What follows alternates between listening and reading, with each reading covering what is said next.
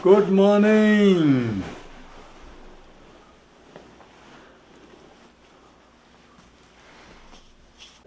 So please listen to the teachings today, thinking that may this meeting between us of me teaching and you learning and listening, may this be a cause in the future for us to be able to bring benefit to limitless beings, or on an even greater scale to free all beings from suffering and bring them to the state of enlightenment.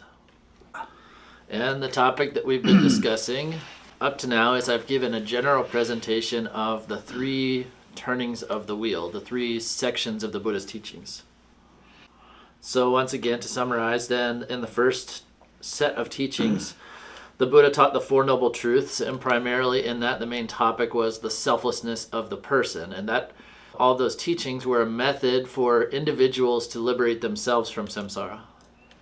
And in the middle turning of the wheel, the middle set of teachings, the Buddha taught, of course, also the selflessness of a person, but additionally what we call the selflessness or lack of identity of phenomena, which means that not only the self, not truly existent, but even the things that you might identify when you're labeling a self, so all those other phenomena.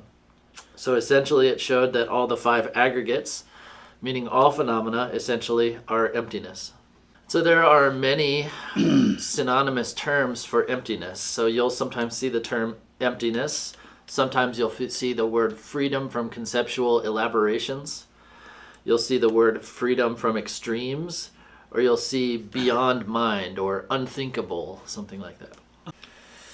So when we say free from extremes or freedom from extremes, it means that reality doesn't abide in any dualistic framework of existence or non-existence or any other set of dualistic terms. So even the idea of non-existence only exists presupposing that there is such a thing as existence. So it's still just a relativistic phenomena. And so then the other extremes, sometimes they get talked about, are the extreme of both. So you might think that, okay, it's not existent or non-existent, but maybe it's a combination of both existence and non-existence. But if we've already disproven the potential for there to be something called existent or non-existent, how could there be something which is an amalgamation of the two? So then that is when we come to the expression, the freedom from all extremes. So when we say freedom from conceptual elaborations, because you've seen that the objects don't exist in any kind of extreme, then the mind has nothing left to hold on to. There's no way for the mind to create some kind of elaborations or thought patterns about reality. If phenomena existed in some way or another, then the mind could hold on to that, could latch on to that. So there could be a conceptual framework for engaging with that. But because reality in itself doesn't exist in any of these extremes of existence, non-existence, both, neither, and so forth, there's nothing for the mind to engage with. So that's the state of mind in ultimate reality is referred to as freedom from conceptual elaborations. And then we also might come across this term equanimity. This is not the same word equanimity as in the four immeasurables or the four boundless thoughts, but it's a similar term.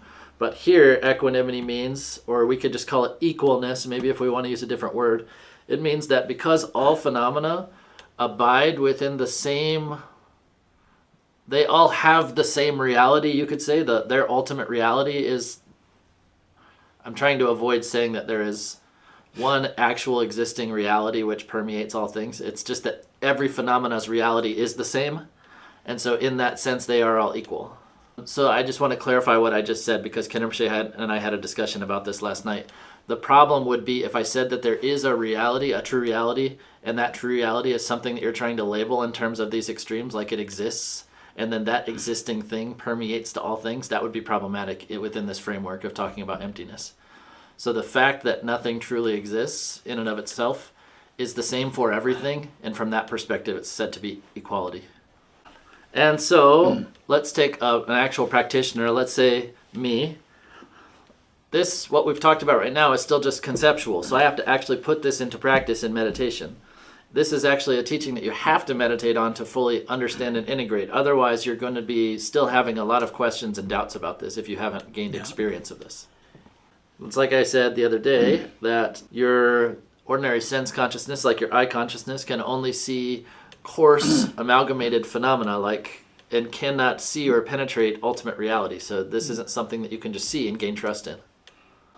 And so taking this from the perspective of meditation, before we ever start meditating, initially, everything that we see and perceive, we just are operating on this ordinary assumption that everything exists. And so we don't have any greater vision of reality than that. And so then we first then start to learn about how things are emptiness. And so we follow and try and establish that through some logical reasoning. And because we are followers of logic and followers of some logical process here. For example, where is the self? And we examine whether the self is inside of us or outside of us or where it may be. And so we have an analysis, some kind of logic that can take us to a more subtle level than that initial assumption of existence. And so at a certain point when we don't come across or we cannot find any truly existing self, and we meditate in that state of not finding, then eventually we'll get to a point where we see all phenomena as emptiness, as utterly empty. And so after we've seen this emptiness, then we will start to begin to see all of our ordinary activities of eating, sleeping, coming, going, all of these activities, like for example, like when we eat food, it fills our bellies. When we drink drinks, it nourishes, it cleanses our thirst, it removes our thirst. All the kind of activities that we do that are helpful, harmful, and so forth, we'll start to see them all as if it was a dream state. Really start to get the feeling, oh, this is really like a dream. And so then that experience of emptiness kind of reconnects or joins back into an experience of appearances. Those dreamlike appearances will start to come into an equal measure of your experience. Like you're having an equal experience at a certain point of seeing the emptiness together with the reemergence of appearances. And then that gets a particular name called equality, the equality of appearance and emptiness. So you'll see that just as things appear, so are they empty. And as they are empty, so they continue to appear. And you'll gain a very clear understanding of the interdependent circumstances of cause and effect, all of the non-deceptive process of interdependence. And so then we have these experiences, if we were naming them, they are the experience of emptiness, then the experience of the equality of emptiness and appearance. And then the third is like, okay, you're having this experience, you're having a definitive experience of emptiness and the unity of appearance and emptiness, or the equality of appearance and emptiness. But if you wanted to express that, it becomes like beyond words. And so that is the point, like that third experience is what we call free from expression or inexpressible. And as you continue practicing in that way, then your awareness will be that of not perfected form of, but one that sees reality as it is, in the same way that the Buddha sees reality as it is, but not on such a vast level, but you're seeing the same reality, but maybe not as perfected or as... There's a word which is like you haven't quite perfected the path, but what you've seen, even though it's a smaller vision, is the same as what the Buddha sees. And so we can call that then primordial wisdom or timeless awareness or luminosity at that point. And so all of that, like the stages of meditation on emptiness are covered in the middle section teachings, the middle turning of the wheel. And then in the third wheel, it focuses in on and like takes as the primary topic that aspect of luminosity. And so in that section of teachings then, taking that aspect of luminosity or that state of mind, you could say the state of mind in luminosity, then it's, emphasizing what qualities, what different kinds of qualities are possessed by or exist in that state of mind or in that aspect of luminosity. And so in that we often talk about the lists of kayas. Kayas means kind of like, the literal definition is embodiment, but it has a very particular definition. Anyway, there are for example, the 5 kayas, like Dharmakaya, Sambhogakaya, Nirmanakaya, and so forth. And then the 5 aspects of timeless awareness, or 5 primordial wisdoms. So anyway, the point is that in that context, it's going to talk about those 5 kayas and 5 wisdoms and so forth in relationship to that experience of luminosity, or that state of mind of luminosity. So when we say the 5 wisdoms or the 5 timeless awarenesses, they're actually 5 aspects of one timeless awareness or one wisdom mind, you could say. And so when we talk about the aspect of the clarity, the perfect limpid clarity of that timeless awareness, then it's called mirror-like wisdom. And then if from the aspect of timeless awareness or wisdom, you could say timeless awareness is the translation that we use in the Namchak world. Anyway, from the perspective of timeless awareness, clearly and individually discerning each and every phenomena just as it is, it's called the discerning timeless awareness, or discerning wisdom, you could say. And then from the perspective of that aspect of that timeless awareness, or then the aspect of that which is the freedom from conceptual elaborations, the emptiness aspect that still has a nature of, or an aspect of clarity to it. From that perspective, this is still just one awareness, or different aspects of one state of pure awareness or timeless awareness. Then that aspect of the kind of emptiness aspect is called the Dharma Dhatu wisdom, or Dharma Dhatu aspect of timeless awareness. And so from the aspect of that timeless awareness being unbiased. So right now our ordinary minds always want to say something is something, and by saying it's something, you're saying it's not everything else. So that is a biased state of mind, you could say. And so it doesn't see the equality or the equal one nature of all phenomena. And so in that state of the wisdom of equality, or the timeless awareness aspect of equality, then it's only seeing the oneness, or the true reality, which is equal in all phenomena, and is not seeing the subtle, the distinctions that our ordinary mind wants to make, like male, female, is or is not, clean, dirty, up, down, and so forth. And then that awareness, that wisdom mind, also is not just some blank, spaced out state, but also can engage exactly as needed with each and every sentient being in order to help them. From that perspective of engaging in the enlightened activities, or having that active or engaged aspect of that wisdom mind, it is called the all-accomplishing, or the activity-accomplishing, or all-accomplishing aspect of timeless awareness. And as the quality of this knowingness, or this awareness, increases, then all of those ordinary aspects of ordinary mind, like attachment, aversion, ignorance, and so forth, and dualistic mind, become subdued or start to decrease in power. And some people think that would just turn them into some kind of like spaced out, like dull, stupid kind of zombie or something, but that's not the case. And so when we talk about those aspects of the 5 wisdoms, or 5 aspects of timeless awareness, when we talk about them in terms of some kind of embodiment, then we use the term kayas. So there's this idea of the 5 kayas. Aspects of timeless awareness and kayas are things that can develop in or appear within my mind. They can appear within your mind. They can appear for anyone that has a mind, even animals, birds, wild animals, and so forth. So, and all of those qualities that we just described are not something that come about newly, that didn't exist before, that you develop through some practice, but they were already primordially, you could say, the case. They are the primordial kind of nature of your being.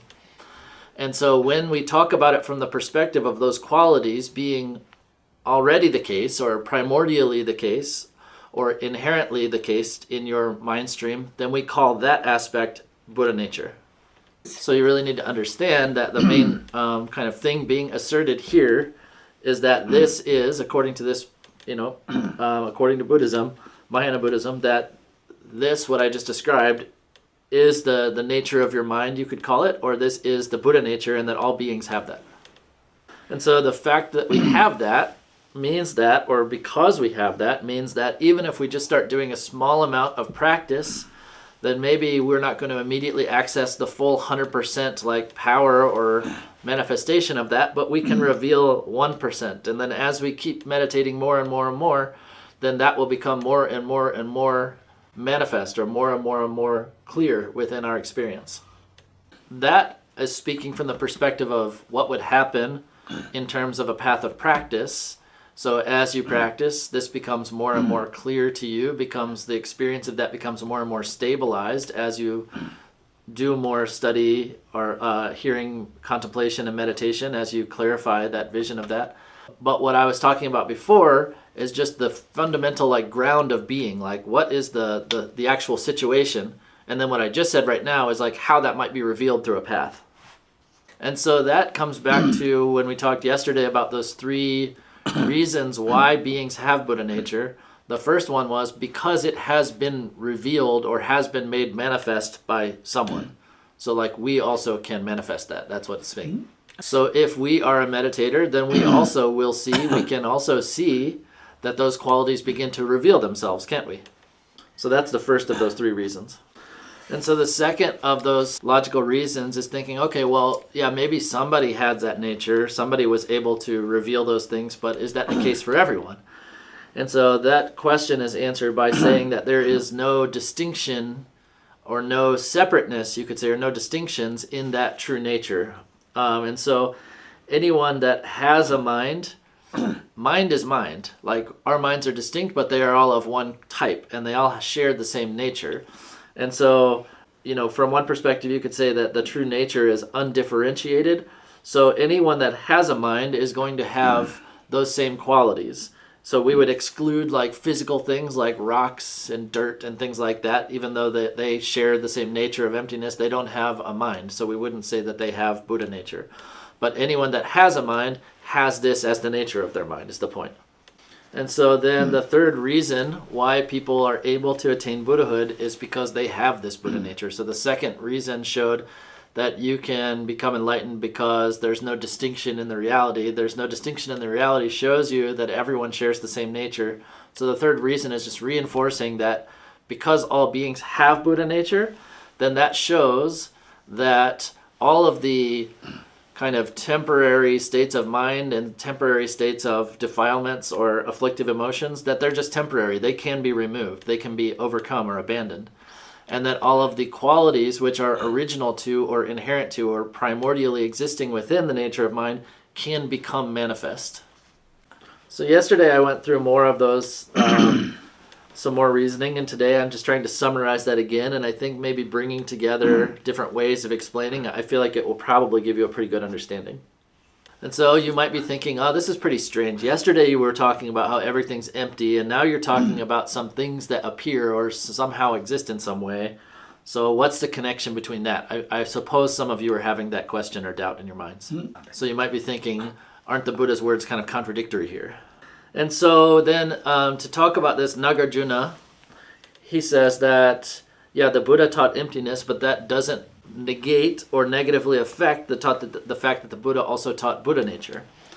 And so now, to come around for the reason of that, the Buddha said, and Nagarjuna said, that it is because things are empty that they can appear.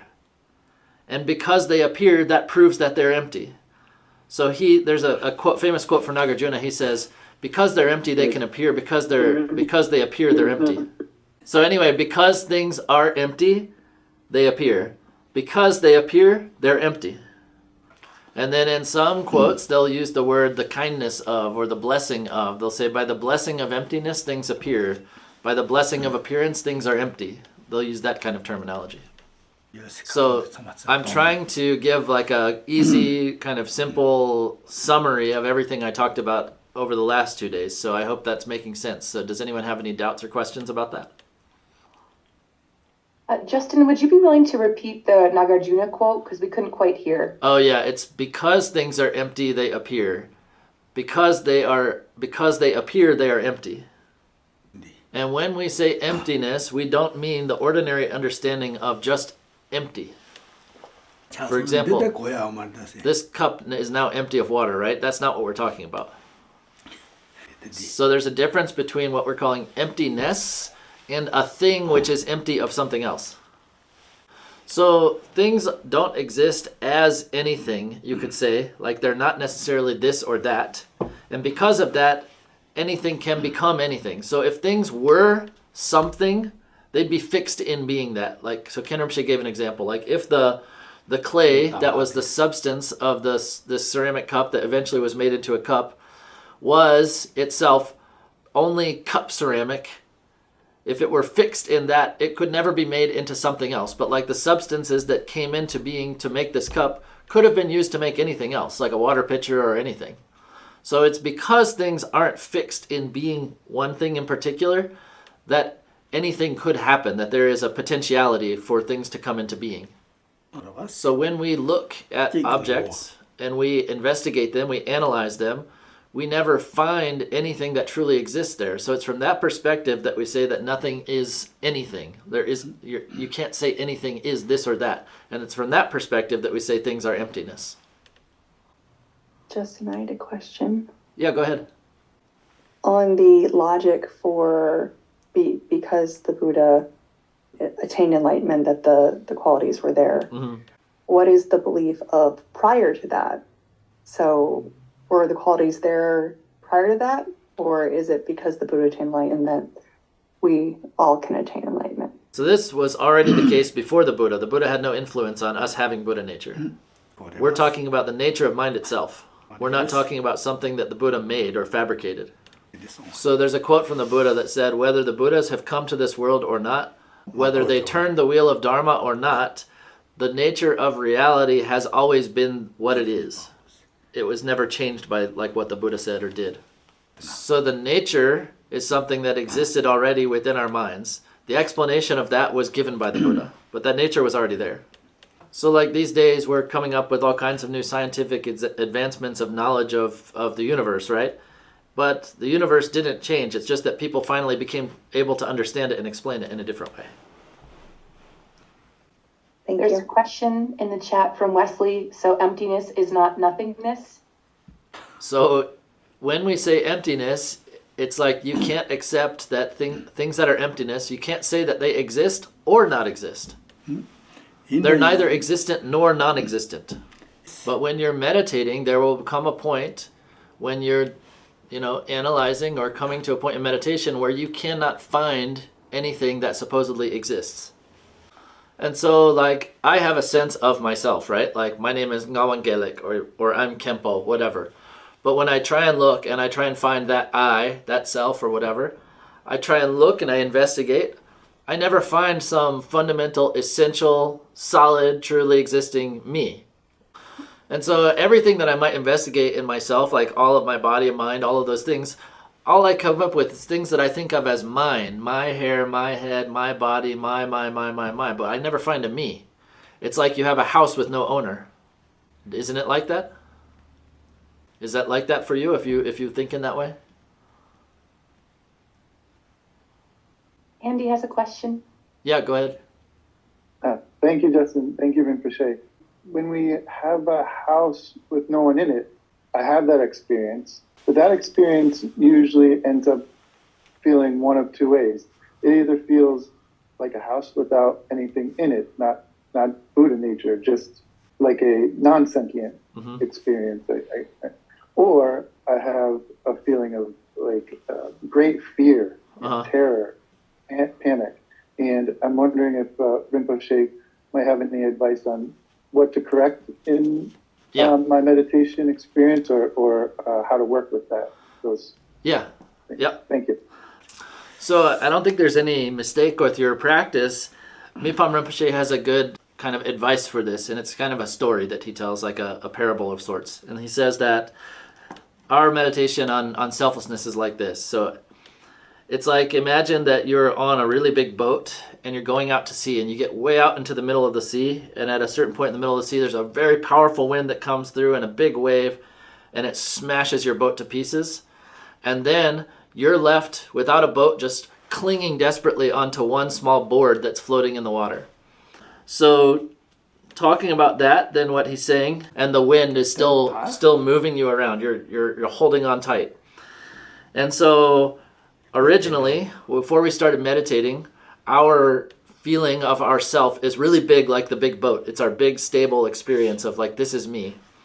And then as we begin practicing and as we begin kind of going analytically or intellectually or meditatively through this process of dissecting that, then that experience of that kind of like safety or that grasping at the boat becomes smaller and smaller and smaller. So in that example, the wave that smashes your boat is actually that analytic wisdom, that intelligence that's like understanding the lack of self. And the ocean itself is timeless awareness. But you're still wanting to hold on tightly to this little sense of self, so you're scared. But at a certain point, as you keep meditating, you'll overcome the fear, and not only overcome the fear, but experience the great joy of letting go and being in the ocean. And so the reason is because we have a very strong fixation on wanting to believe in this kind of sense of existence. And so the reality that we're coming up against and the way we've been fixating are opposing each other, so we experience fear in that. And so Khen Rinpoche said then at a certain point, you'll not only overcome the fear, but you'll experience extreme joy. And even the first bodhisattva level, which is the direct experience of reality, is called extreme joy. And so in a lot of quite a few Tibetan texts about this topic, they say that when you're just about to have a real vision of reality, most people experience a lot of fear. That is that distinction, I guess you could say, where the Buddhas are experiencing joy and we're experiencing fear. And it's because of that fixation, that wanting to believe in existence. And so that belief in existence is like the boat, and as that wisdom stirs more and more, it's going to shake up that or unstabilize that fixation on existence.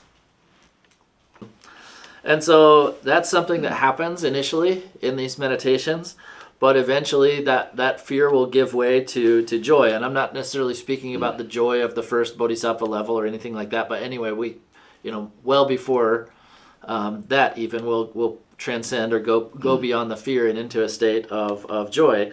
And at a certain point, it becomes very comfortable and less.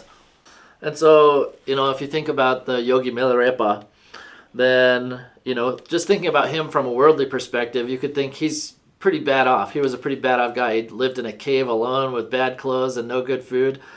But he would say of himself that there was no one happier than him. And, there's a whole volume of songs that he sang just out of the joy of his realization. Rachel, do we have more questions in the chat, or should we move on?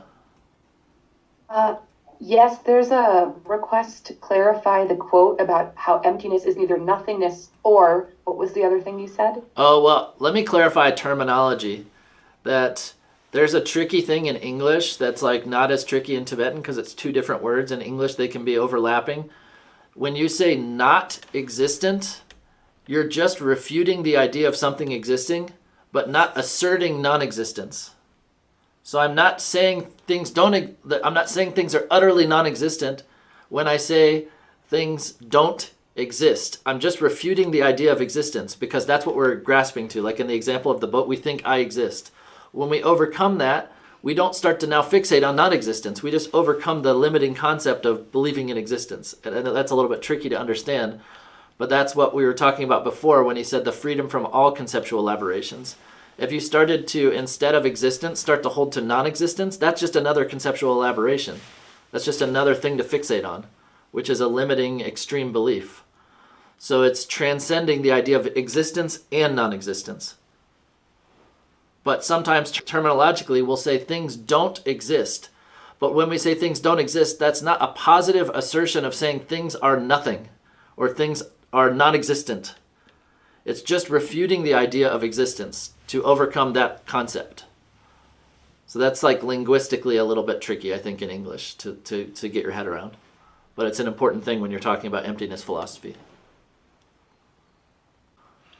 Justin, is there anything to be said about the continuity of appearance relative to meditating on and developing confidence in emptiness? Do you mean the fact that things don't just disappear when you start meditating on their emptiness? Is that? Or in general, right? I can completely understand that this table is empty, and because it's empty, it can appear as a table. But every time I walk into this room, it is this thing that I call a table. Yeah. And so at times this conversation feels weird because we're gaining an understanding about its ultimate nature, but the relative nature doesn't change a lot, right? Outside of the table being destroyed or burning, I get that it degrades over time. It's not going to be here forever, but yet there is a continuity to appearance that can get in your way. So one time, His Holiness Khenpo Jigme Phuntsok, he came to Namdrolling Monastery where Khen Rinpoche studied, and he said, some people these days say when they meditate on emptiness that things stop appearing, that appearances disappear or something like that.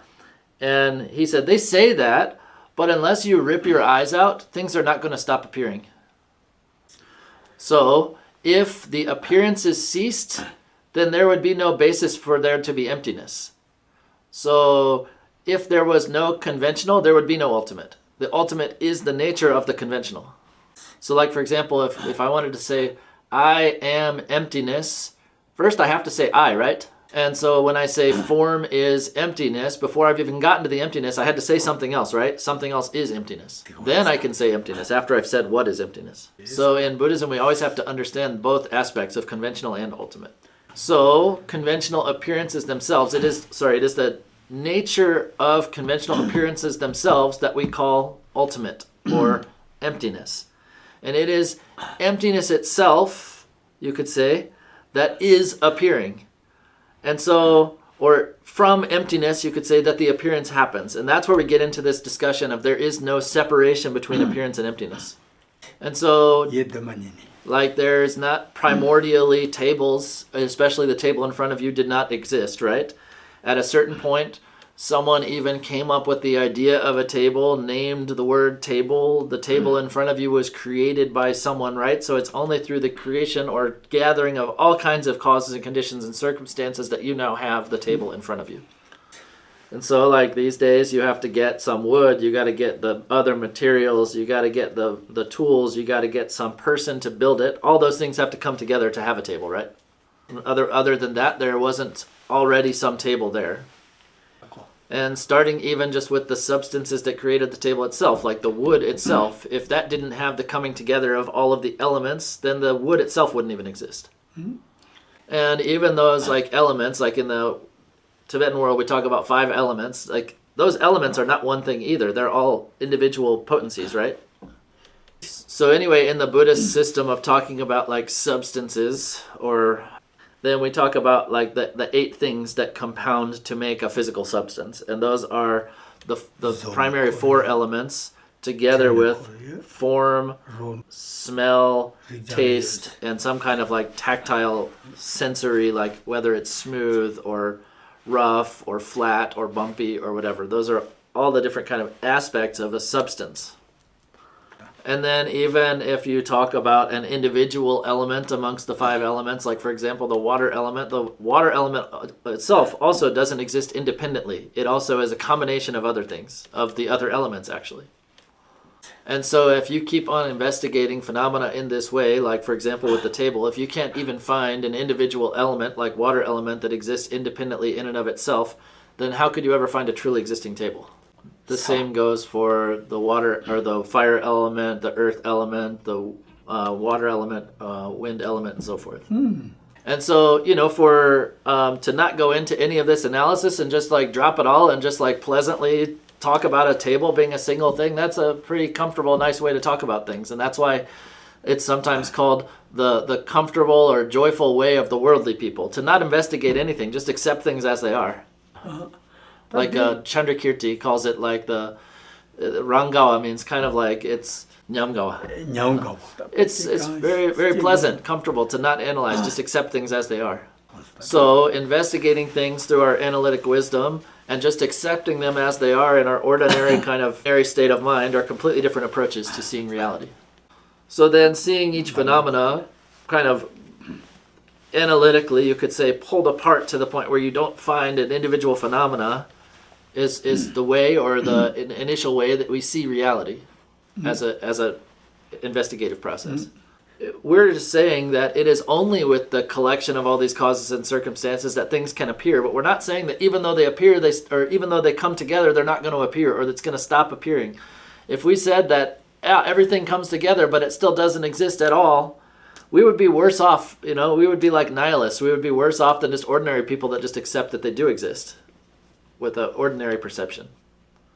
So are you guys questioning the fact that, or the idea that, I was saying, I think what comes up in the same point in the conversation for some people is, it's easy to analytically look at things and see that they don't truly exist, but what's the point in doing that?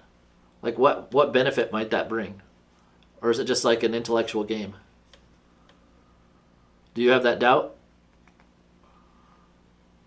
I used to have that doubt, so I think it is a common doubt, yes. Nama nga dopa the use. So there was this scientist, and I don't remember his name, but he was also quite learned, quite an expert in the teachings of Mipam Rinpoche, who's one of our lineage masters. So anyway, I went out for a meal with him with one of my Khenpos, one of my teachers from Namdrolling Monastery named Jimmy Kelsang, Khenpo Jimmy Kelsang. And he asked us a question about some Dharma stuff. He said, so this idea that you have in Buddhism about emptiness, I think we understand it pretty well from our scientific, like analysis of subtle particles and all that kind of stuff. But I think for us, like on a certain level, understanding that isn't really helpful. It actually makes things worse.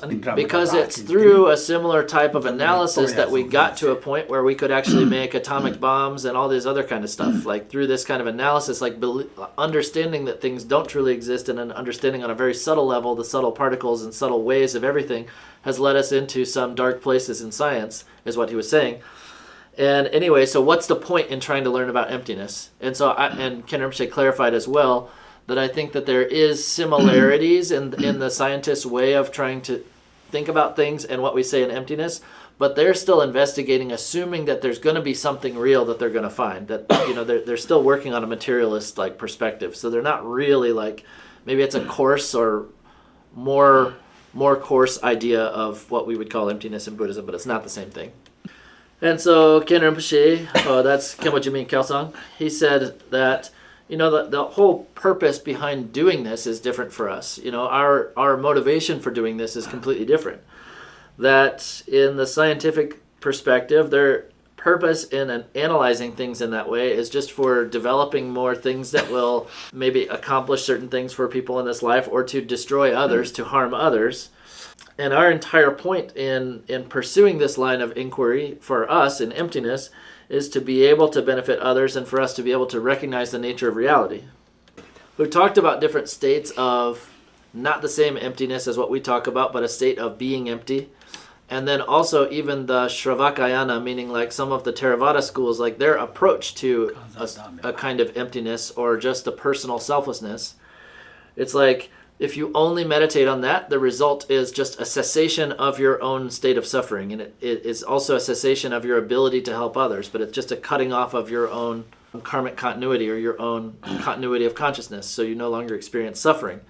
And that's distinguished by, or in the Mahayana tradition, by the fact that the meditation on emptiness pervades to all phenomena and is also related to and connected with practices for developing compassion, which that practice of emptiness then enables one to work even more effectively for the benefit of others. And the other big difference that I see is that when we're talking about selflessness or even emptiness from the Madhyamaka or middle way philosophy perspective, then all of this is talked about in connection with you applying that to your mind. And the scientific approach is always just looking at the external world and focusing on the external world. So maybe that scientific development will create some kind of advances in the outside world, but you're going to be exactly the way you were before. It's not going to apply to your mental state. And so if you're one who wants to really benefit yourself through the understanding of this philosophy or the understanding of emptiness, you need to be applying it to your own experience, to your own mind. And so I can't really say with any conclusive, 100% certainty that this is the difference between Buddhism and some scientific principles, because for me to be able to say that, I would need to have much better, 100% certainty in what the scientists even say, and I don't have that, so I don't want to say too much about that.